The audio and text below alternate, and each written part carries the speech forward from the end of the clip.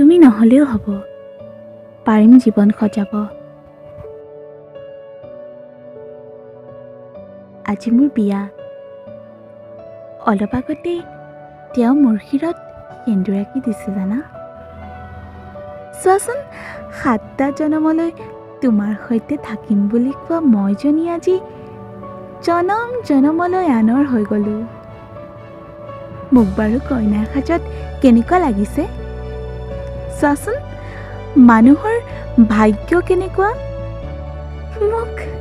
মোক কইনাৰ সাজত এবাৰ চাবলৈকো তোমাৰ ভাগ্যই নহ'ল। এৰা, এদিন যে তুমিও মোৰ শিৰত গোপনে সেন্দুৰ আঁকি দিছিলা, মনত আছেনে? তুমি ব্যস্ত মানুহ, ক'তনো মনত থাকিব। আজি মোৰ যুগ্ম জীৱনৰ প্ৰথমটো নিশা। ফুলেৰে সজোৱা বিচনাখনত মইজনী এয়া বহি আছো, বুকুত এক অজান শিহৰণ। এয়া চোৱা, তোমাৰ ধুনুজনীক তেওঁ বুকুৰ মাজলৈ টানি নিছে। মোৰ বুকুৰ ধপধপনি বাঢ়িব লৈছে। তুমি যে কৈছিলা তোমাক মোৰ বাহিৰে কোনোৱেই স্পৰ্শ কৰিব নোৱাৰে, সেয়া চোৱা, মোৰ বুকুৰ পৰা চাদৰখন খহি পৰিছে। মই বৰ কষ্ট পাইছোঁ। মোক আনৰ হাতত গতাই দিয়াৰ আগতে কিয় মাৰি নেপেলালা? তেওঁ মোক তোমাৰ দৰেই মৰম কৰিছে। তোমালৈ মোৰ সদায় মনত পৰে জানা। মৰি মৰি জীয়াই আছো মই। তেওঁ মোক বহুত মৰম কৰে, কিন্তু মই তেওঁক এতিয়ালৈ সহজভাৱে ল'ব পৰা নাই। শাহু, শহু, ননদ সকলোৱে মোক বহুত মৰম কৰে। তুমি যে কৈছিলা তোমাৰ ঘৰখনক মই আঁকোৱালি ল'ব পাৰিমনে? আৰু তেতিয়া মই কৈছিলোঁ, তুমি যদি মোক বহুত বেছি মৰম কৰা, মোক বুজি পোৱা, তেতিয়াহ'লে তোমাৰ ঘৰখনৰ মানুহখিনি মোক বেয়া পালেও মই সদায় ভাল পাই যাম।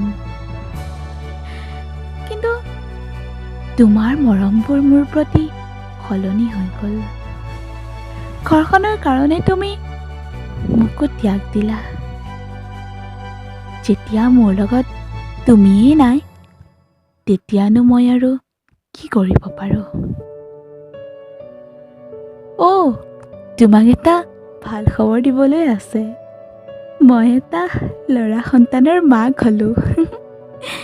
তাৰ নাম কি ৰাখিছোঁ জানা? বৰ্ণিল। নামটো তোমাৰ চিনাকি যেন লাগিছেনে?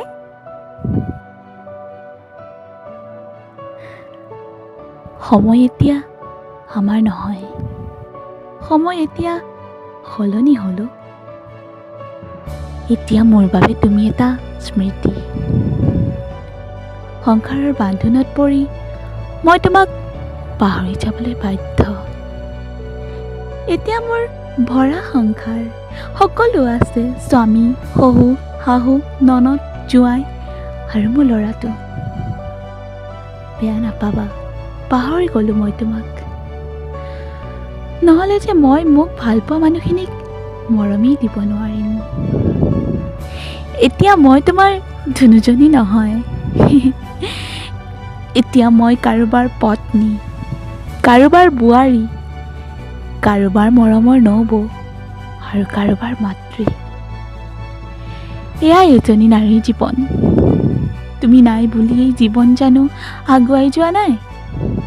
নিশ্চয় যাব, কাৰণ জীৱনে কাৰোলৈ থমকি নৰয়। সকলোবোৰ বিধাতাৰ লিখনি। প্ৰেমত বিফল হ'লো বুলি জীৱন জানো থমকি ৰয়? কেতিয়াও নৰয়।